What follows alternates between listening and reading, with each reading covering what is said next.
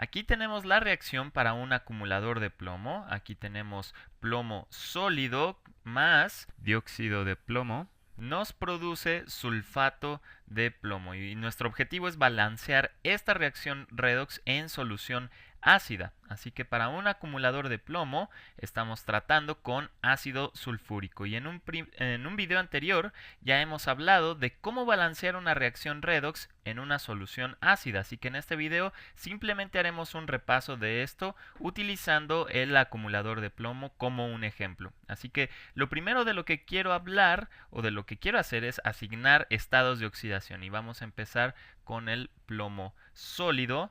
Y en este caso el estado de oxidación de un elemento simplemente es 0. Ahora nos movemos hacia el dióxido de plomo y para el oxígeno el estado de oxidación es -2, ¿cierto? En este caso es -2, pero tenemos dos de ellos, lo cual nos da un estado de -4 en total, ¿cierto? Vamos a ponerlo, por ejemplo, acá de este lado. Y sabemos que la suma de los estados de oxidación en un compuesto neutral debe ser 0, así que en el caso del plomo, su estado de oxidación debe ser +4, ¿verdad? En este caso será +4. Perfecto. Ahora nos movemos al sulfato de plomo y sabemos que el sulfato de plomo, o más bien sabemos que el sulfato, ¿verdad? Que es SO4, es -2. Aquí en este caso tiene un estado de -2. Y entonces estamos trabajando con plomo 2 positivo, ¿verdad? En este caso será plomo 2 positivo. Así que el plomo, su estado de oxidación es 2 positivo. Entonces vamos a escribir nuestra semireacción de oxidación. Muy bien, empecemos con la semireacción de oxidación, para lo cual tenemos que preguntarnos qué es lo que se está oxidando, ¿verdad? Y en este caso el plomo sólido está yendo de un estado de oxidación 0, ¿verdad? Se está yendo a un estado de 2 positivo. Entonces, este es un aumento en el estado de oxidación y en este caso estamos hablando de la oxidación. Así que podemos escribir nuestra semireacción, ¿verdad? En donde tenemos plomo sólido, ¿verdad? Que se está, digamos, convirtiendo en plomo 2 positivo. Pero sabemos que tenemos sulfatos presentes, ¿verdad? Así que tenemos que poner el sulfato en ambos lados. Así que tenemos plomo sólido, ¿cierto? Más SO4, que en este caso es 2 negativo, ¿verdad? Y esto nos produce sulfato de plomo. Ahora lo que tenemos que hacer es fijarnos en nuestros átomos que tenemos en esta semireacción, ¿verdad? Del lado izquierdo tenemos un plomo, del lado derecho tenemos un plomo. Del lado izquierdo tenemos un azufre, del lado derecho también. Y del lado izquierdo tenemos 4 oxígenos, del lado derecho tenemos 4 oxígenos. Así que todos nuestros átomos están balanceados. Ahora vamos a balancear la carga, muy bien. Y si balanceamos la carga, podemos hacerlo añadiendo, por ejemplo, electrones. Así que vamos a tratar de ver cuántos electrones hay que agregar y, por supuesto, tenemos que ver dónde agregarlos. Muy bien. En el lado izquierdo, ¿verdad? Tenemos dos cargas negativas, mientras que del lado derecho la carga total es 0. Muy bien, así que para poder balancear la carga tenemos que agregar 2 electrones y esos 2 electrones los tenemos que agregar del lado derecho. Y ahora bien, nuestras cargas están balanceadas, ¿verdad? Y recordemos simplemente que la oxidación es la pérdida de electrones, así que en esta semireacción que está ocurriendo, ¿verdad? En el ánodo de nuestra batería, digamos, se están perdiendo 2 electrones, justo están estos 2 electrones del lado de los productos, muy bien. Así que esta es la semireacción en el ánodo de la batería.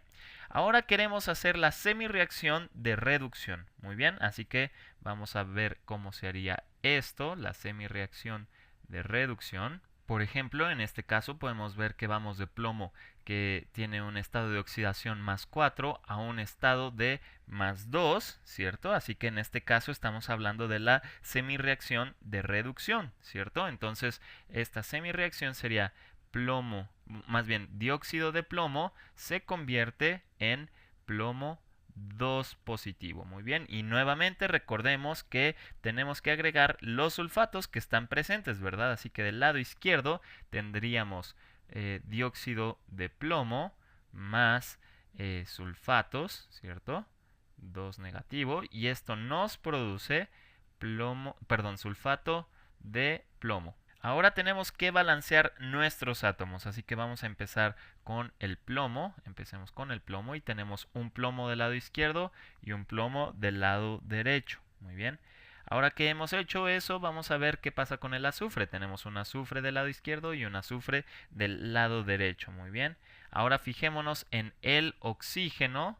Fijémonos en el oxígeno. Del lado izquierdo tenemos 2 oxígenos aquí y 4 oxígenos acá. Eso nos da un total de 6 oxígenos. Mientras que del lado derecho tenemos solo 4 oxígenos. Muy bien, tenemos 4 oxígenos del lado derecho. Y para balancear el número de oxígenos tenemos que agregar agua, ¿verdad? Así que tenemos que agregar 2 oxígenos del lado derecho, lo cual se puede obtener añadiendo 2 moléculas de agua. Muy bien, entonces agregamos 2 moléculas de agua y ahora tenemos el número adecuado de oxígenos, ¿verdad? Simplemente hemos agregado 2 moléculas de agua, pero ahora tenemos que balancear los oxígenos añadiendo protones, ¿verdad? Que son esencialmente hidrógenos positivos, ¿verdad? Así que fijémonos del lado derecho cuántos tenemos. En realidad aquí tenemos 2H2, que en realidad son 4 hidrógenos. Muy bien, son 4 hidrógenos.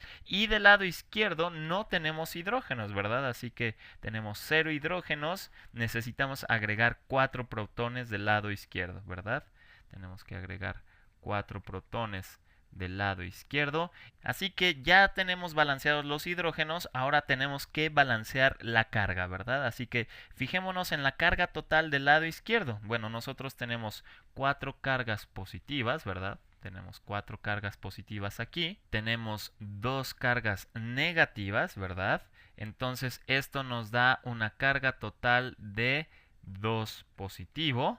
Ok, tenemos una carga total de 2 positivo. Mientras que del lado derecho sería una carga total 0, ¿verdad? Tendremos una carga total 0. Así que tenemos que agregar, ¿verdad? Tenemos que agregar electrones del lado izquierdo para que podamos balancear la carga. Así que aquí tenemos que agregar 2 electrones. Y con esto ahora sí tenemos nuestra semireacción de reducción que ocurre en el cátodo de nuestra batería, ¿verdad? Así que ahora tenemos que agregar, perdón, tenemos que sumar nuestras 2 semireacciones juntas, ¿verdad? Y podemos hacer esto porque tenemos el mismo número de electrones. Así que vamos a, digamos, enmarcar estas 2 semireacciones. Esta sería la primera semireacción. Y notemos que estos 2 electrones se cancelarán con estos 2 electrones, ¿verdad? Entonces, esta será la segunda semireacción. Esta es la segunda semireacción. Y fijémonos qué es lo que obtenemos. Fijémonos primero en los reactivos que tenemos acá arriba. Sería plomo sólido más sulfato, ¿verdad? 2 menos. Y ahora fijémonos en los reactivos que tenemos en esta semireacción de abajo. Serán 4 hidrógenos, 4H más dióxido de plomo más sulfato, ¿verdad? Eso es lo que tenemos aquí abajo. Y eso nos produce, bueno, fijémonos ahora en este reactivo de arriba, sería sulfato de plomo más otro sulfato de plomo, ¿verdad? Y 2 moléculas de agua. Así que sería sulfato de plomo más 2 moléculas de agua. Y por supuesto ya no nos importan los electrones porque ya los hemos cancelado. Vamos a ver si podemos simplificar todavía un poco más esto.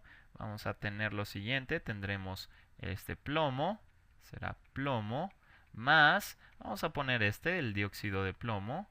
Dióxido de plomo. Y ahora podríamos poner los 4 hidrógenos, ¿verdad? 4H+. Y fijémonos que aquí tenemos 2 sulfatos. Así que esto lo simplificamos como 2SO4, 2 menos. Y eso nos produce, ¿verdad? Ahora otra vez podemos fijarnos que tenemos 2 sulfatos de plomo.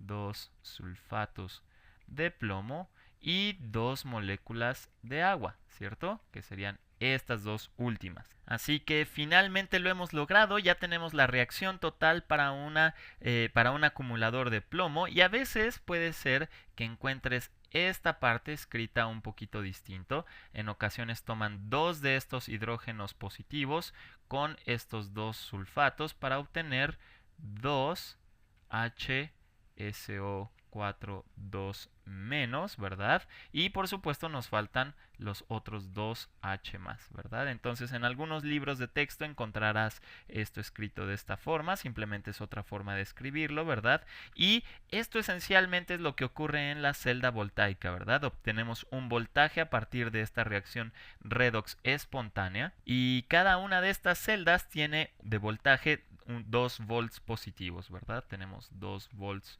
positivos y por supuesto si tomamos 6 de estas celdas entonces simplemente sumamos el voltaje, ¿verdad? Para obtener la batería, digamos, de un carro o el voltaje de la batería de un carro que nos da un total de 12 volts. En esencia, cuando la batería del carro se descarga, ¿verdad? En realidad la reacción redox espontánea libera una corriente y así es como digamos, nuestro motor del carro arranca. Así que una vez que nuestro auto, digamos, ya está avanzando, entonces la reacción es revertida y eso nos permite recargar nuestro acumulador de plomo. Así que la reacción inversa, ¿verdad? Se puede realizar y esto es porque tenemos sulfato de plomo sólido, ¿verdad? En este caso el sulfato de plomo es sólido, ¿verdad? Y eso lo podemos ver también en nuestras semireacciones. Vamos a verlo aquí. Aquí nuestro sulfato de plomo es sólido, en este caso también es sólido. Y de ahí es que una vez que hemos encendido el auto, ¿verdad? Las reacciones inversas están listas para realizarse y por eso es que podemos recargar la batería, ¿verdad? Así que primero podrías pensar en esto como una celda voltaica que produce una corriente utilizando una reacción redox espontánea y luego podríamos pensar esto como una celda electrolítica, ¿verdad?